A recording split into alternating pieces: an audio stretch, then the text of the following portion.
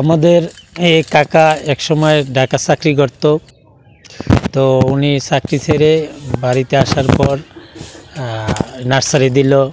দেওয়ার পর বিভিন্ন আইটেমের আম, মালটা, এরপর অনেক প্রজাতির বিভিন্ন আমের ভিতরেই অনেক জাত এটা উৎপাদন করলো। আমি শারীরিক অসুস্থতার কারণে চাকরি ছেড়ে চলে আসি।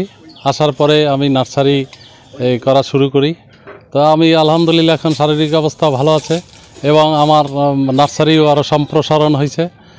মোটামুটি এখন বাৎসরিক যে আয় ভালোই আছে। লিলি হালাল বিউটি সোপ, বিএসটিআই কর্তৃক সনদপ্রাপ্ত দেশের প্রথম হালাল বিউটি সোপ, দীপ্তিময় উজ্জ্বল ত্বকের জন্য। আমি আমার বাড়ি যদিও বাকেরগঞ্জ, আমি লোকমুখে শুনছি যে আপনার এই নলছিটির ভিতরে একটা নার্সারি আছে সারিনী অ্যাগ্রো।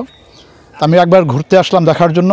আইসা ওনার বাগানে আম দেখে আমার খুব পছন্দ হয়েছে, বিভিন্ন প্রজাতির বাহিরের আম সব।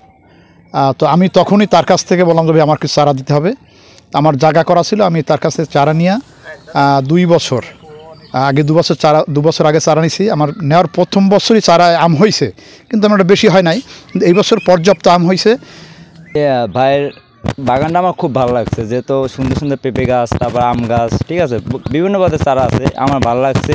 তা আমি এর কাছ থেকে বলছি যে আমি কটা চারা নেবো। তা সে বলছে আচ্ছা সমস্যা নেই। আমার অনেক ভালো লাগে এর গাছ দেখে। এই সহযোগিতা চাইছি যে আমার কটা চারা দেবেন, আমি কিনে নেবো তার কাছ থেকে। আর অনেক অনেক গাছ আছে তার কাছে। সারিনা মাল্টা গার্ডেন ও নার্সারি আমাদের ডিএ নিবন্ধিত একটি নার্সারি। ওনারা বিভিন্ন বিষয়ে আমাদের কাছে পরামর্শ চেয়ে থাকে এবং আমরা আমাদের কৃষি অফিস থেকে আমাদের তাদের প্রয়োজনীয় পরামর্শ দিয়ে থাকি।